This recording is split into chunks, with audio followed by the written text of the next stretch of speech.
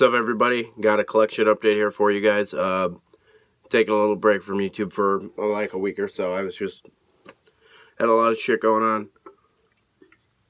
Some band business, played some shows, go to some shows, all that shit. I'm going to see Enslaved and Wolves in the Throne Room on Friday, so that should be sick as fuck. I'm really excited for that. But for now, I'm gonna hold you guys off with a little collection update I got. Got 3 tapes and a little stack of CDs. Not sure how many CDs there are, but I don't think it really matters. So I'm going to show you guys the tapes for, in the order in which I got them. First one is Demo 1 by Goatmoon. Fucking Finnish black metal. You guys have all heard it, or at least heard Goatmoon. Dub tapes, obviously demo shit. If you guys have never heard this demo, I would really tell you to go check it out because it's a really fucking cool demo. It's not like as bombastic and folky as Goatmoon is nowadays, which is where I fell in love with Goatmoon. But it's definitely got what's going to be the sound, kind of procreated in it. But this is a really good demo. If you've never heard it, seriously, go check it out. Demo 1 by Goatmoon. It's a lot more raw. Definitely fits into that old school Finnish scene. But yeah, Goatmoon's first demo. Next is fucking legendary black metal.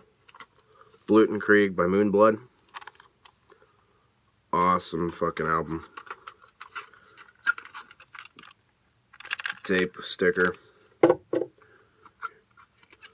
Yeah, this is just a really fucking awesome album, man. I'm sure you guys have all heard it before.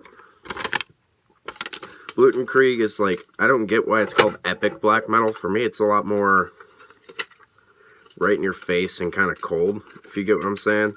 It's not epic for me, at least. When I hear epic, I think Summoning and Caladan Brood and Eldamar and stuff of that nature. But this is like a whole plane on its own, And it's just a really fucking cool album. I'm sure you guys have at least heard it once. Or if not, go check it out. Seriously, Blutenkrieg is kind of a staple in black metal. Especially in YouTube. On YouTube, a lot of these guys on here love fucking Moonblood. And I'm one of them. I got a shirt from Metal Devastation of this album. So, really glad to have one of these. Next. Unofficial shit right here. Lurker of Chalice tape. You guys have fucking heard Lurker of Chalice. At least I hope so. Tape with sticker. This is like a lot more depressive than Leviathan.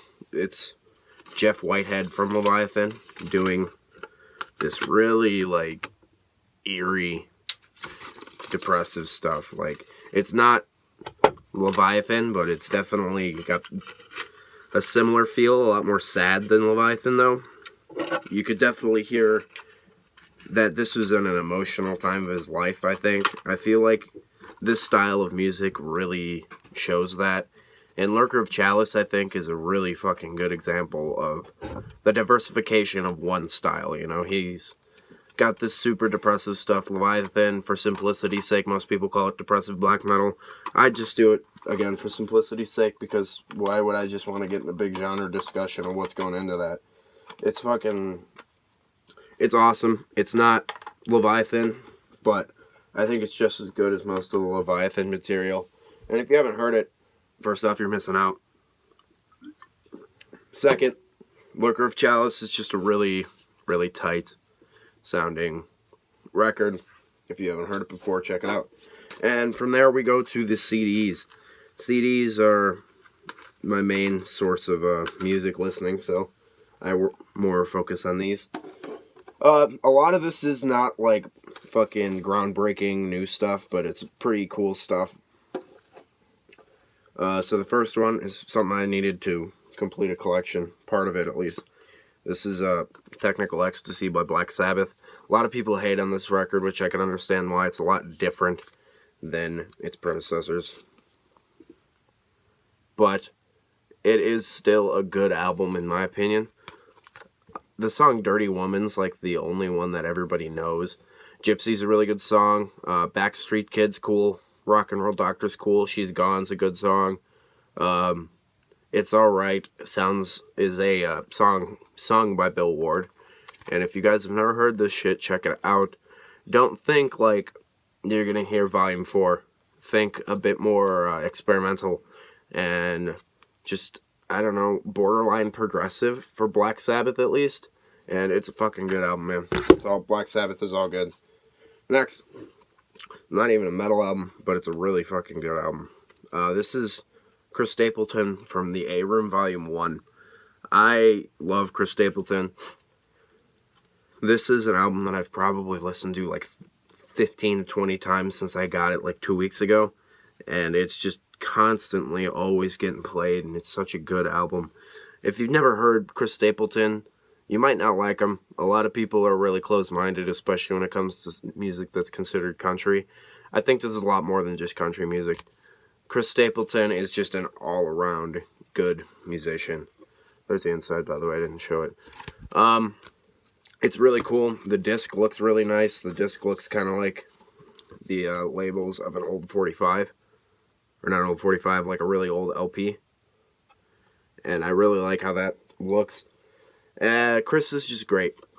He does some Willie on here, the last thing I needed first thing this morning. And how do you not love it, man? How do you not love it? Chris Stapleton's ripping as always. Next, it's a punk record. Didn't have this, and I saw it at Walmart actually, and I was like, shit, for $5, why not? This is the Ramones, self-titled. 2 years ago, I think. This is the 40th anniversary of this record, and it's a fucking classic. It's a serious punk rock classic. It's not like what you'd expect when I say punk rock. Most people have already heard the Ramones and know what they sound like, but it's definitely what was building punk up, you know, is like the building blocks for punk. And the Ramones are great. I love the Ramones. I have since I was pretty young. And it's fun music. I'm not listening to it trying to be like thinking about it, you know. It's just fun songs that you can sing along to if you know the words and stuff. Next is the last one that I needed besides 13 for Black Sabbath's Ozzy years. Sabotage. Didn't have the CD for the longest time, and I don't really know why, because this is a great, great record. I mean, my band used to cover Symptom of the Universe, and Megalomania is an awesome song. The Ritz, really cool. Hole in the Sky is cool. Really cool song.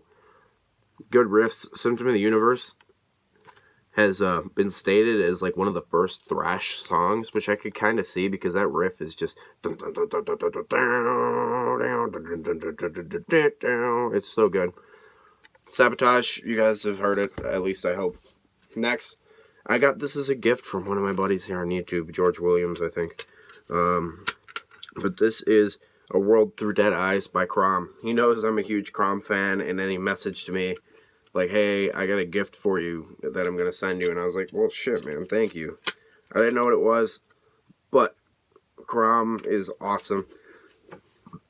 I'm sure you guys have all heard Crom at least once or twice. I've definitely talked about him multiple times. And it's just a good album. It's really dark, really dense sounding, super fucking hazy. And Crom is just a great, great record.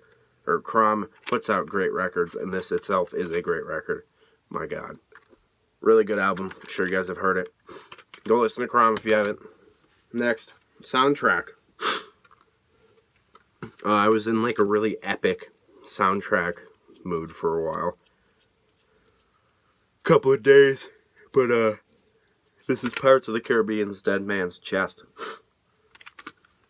The soundtrack. I got it for like $1, and I was pretty excited about it. It's not as fun as the swashbuckle stuff that I have, like the Pirates of the Caribbean swashbuckling songs thing, but this is really cool. This music is super epic sounding.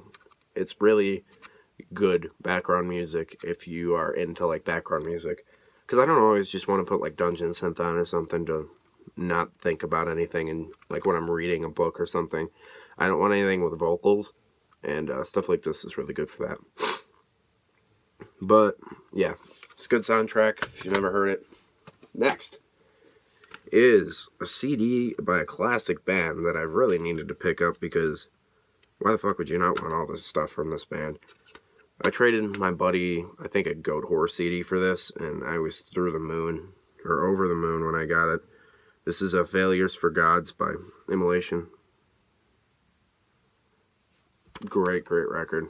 Sure you guys have all heard this one. Classic stuff, really cool album cover. It looks pretty Tolkien-esque, maybe something like that, but it's a really awesome album cover. I'm sure you guys have all heard this album. The song No Jesus, No Beast is kind of like an Immolation staple, but it's a really fucking awesome album. There's the back, goofy picture. This guy kind of annoys me watching our music videos. He's always doing the, like, lift thing, you know, like the Glorious Hip Hop, the down. He does that all the time. That kind of gets on my nerves watching it after a while, and I don't know why. It's kind of stupid to get annoyed by that, but whatever. Immolation.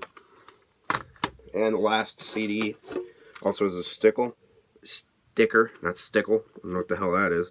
But this is his logo sticker by Neckwiat. My band played with these guys on Friday, the 16th of February, and I got their first CD, or their first EP right here.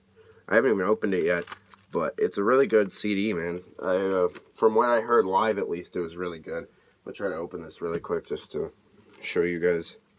Yeah, I haven't even seen the inside of this, so we'll get a good reaction, hopefully, if I can get the fucking CD thing out. But, yeah, they're like kind of a grindy band.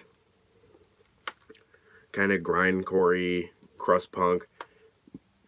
They're like a band that you want to mosh to when you see them live. And I don't mosh that much. To tell you the truth, I don't really find it that much fun. But sometimes I really, like, see a band and I'm like, yeah, I want to run in circles and push people around. That's a rare occasion, and this band does that very well for me, which is cool. Especially getting to play with them. We opened the show and these guys closed the show. It's always fun to play some shows with, you know, bands from your scene, especially guys that you're not too familiar with. You wind up making friends and stuff, getting more shows, all that kind of stuff. It's fun.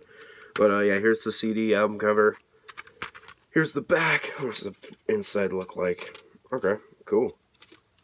There you go. Some cool artwork right there. And there's the disc art. But yeah, this is definitely some kind of grindy stuff. Some crusty, grindy crust to death metal, I'd say, is probably the best thing. AC, if you know AC, it sounds kind of like that vocally, like those kind of vocals. But yeah, so that's my collection update for you guys today. Hope you guys enjoyed it. I sure as hell enjoyed getting all this stuff. So catch you guys next time. I'll continue my CD collection and keep it greasy.